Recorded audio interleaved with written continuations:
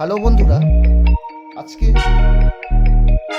নতুন এপিসোডে বিষয়বস্তু জর্জ হারবার্টের লেখা সেই অনবদ্য এক বিখ্যাত কবিতা দ্য পুলি। Actually, saying about the poet George Herbert, you should have known about the clearance and type of the poem, about the poem, poet's life, also along with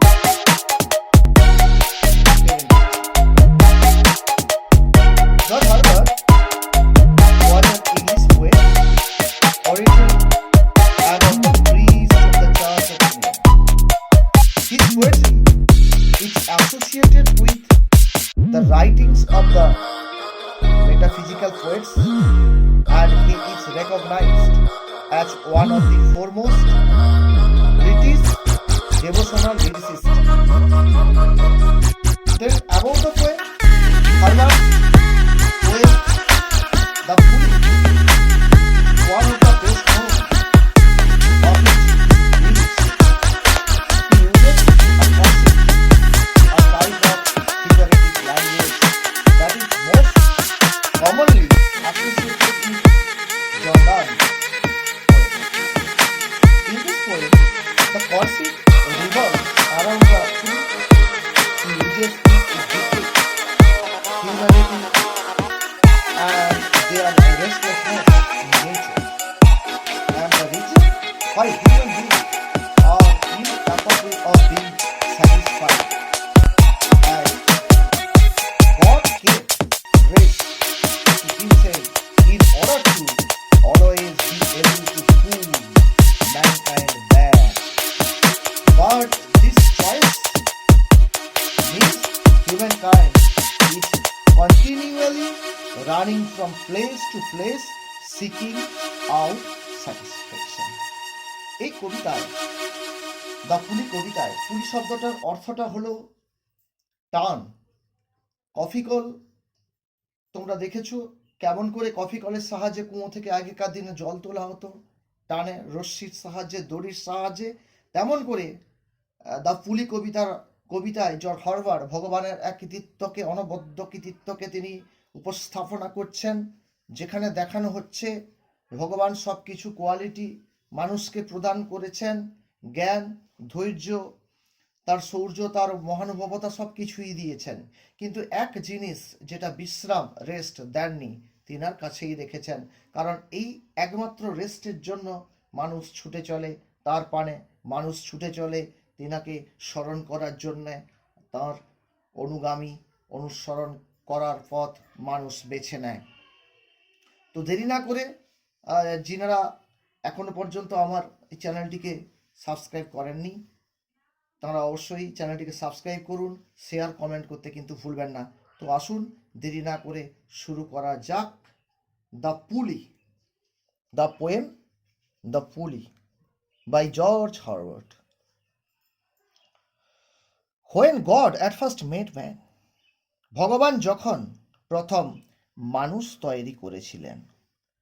When God at first made man, having a glass of blessing standing by, যখন ভগবান প্রথম মানুষ সৃষ্টি করেছিলেন, তখন তার হাতে একটি আনন্দ ভর্তি গ্লাস ছিল, আচ্ছা গ্লাস অফ ব্লেসিংস, আনন্দ ভর্তি গ্লাস ছিল। লেট আস সেডি, তিনি বলেছিলেন, pour on him all we can, তিনি বলেছিলেন যতটা সম্ভব আমাদের কাছে রয়েছে, লেট দ্য ওয়ার্ল্ডস রিচেস, যত সমৃদ্ধ জিনিসগুলো পৃথিবীতে আমাদের কাছে রয়েছে, which dispersed lie contract into a span, যত সমৃদ্ধ ছড়িয়ে ছিটিয়ে আছে তা মানুষের জীবনে আমাদেরকে ভরিয়ে দিতে হবে। First stanza. Second stanza, so strength first made away, তাই প্রথম, ফার্স্ট মেড আওয়ে, প্রথম, সবার প্রথমে মানুষকে তিনি শক্তি দিয়েছিলেন, স্ট্রেংথ, শক্তি দিয়েছিলেন সবার প্রথমে। দেন বিউটি ফ্লোট, তারপর সৌন্দর্য দিয়েছিলেন, দেন উইজডম, অনার, প্লেজার, তারপরে একে একে জ্ঞান, সম্মান এবং আনন্দে ভরিয়ে দিয়েছিলেন বা আনন্দ দিয়েছিলেন।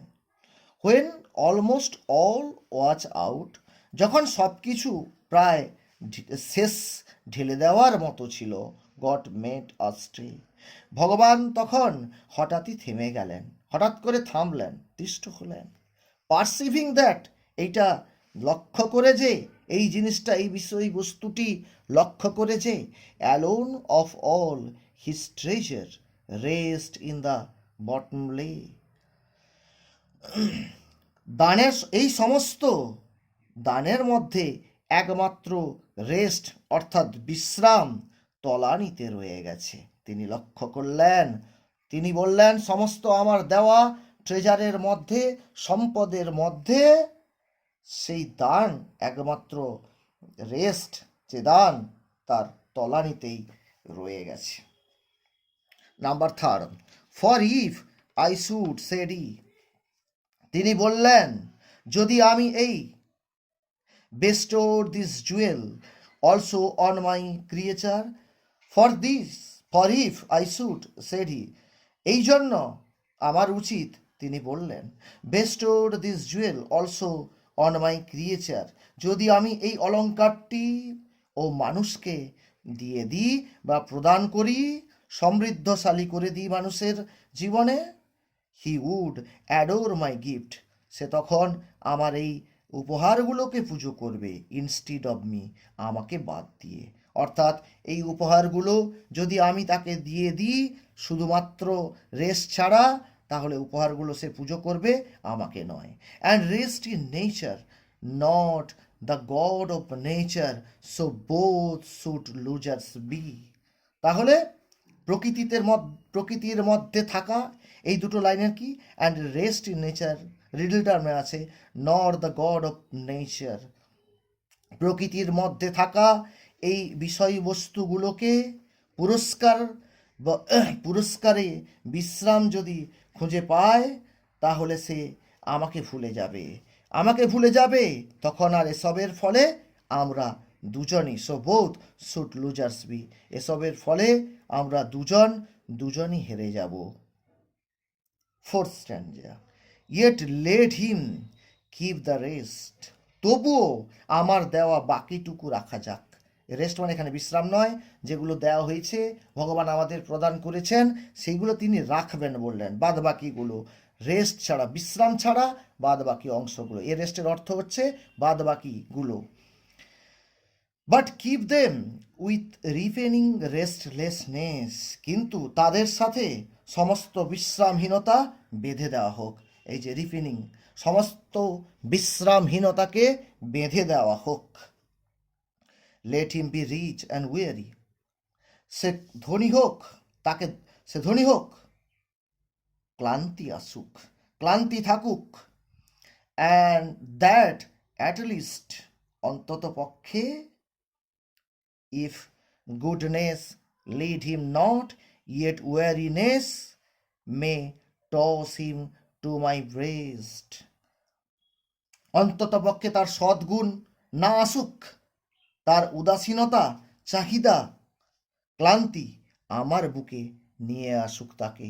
এই কবিতা ডিভোশনাল পোয়েমের উদাহরণ, যেখানে জর্জ হারবার একজন চার্চের পুরোহিত থেকে ভগবানের প্রতি এই সুন্দর যে এক নোট প্রদান করেছেন এই কবিতার মাধ্যম দিয়ে, এই লিরিক্যাল কবিতার মাধ্যম দিয়ে, যেটা ফুলে কবিতায় যে শিরোনামকে খুব যথার্থ মহিমান্বিত করেছে। সো আসুন এই কবিতার মর্মার্থ বুঝে আমরা ভগবানের প্রতি পুনরায় জয়গান গাই। নমস্কার।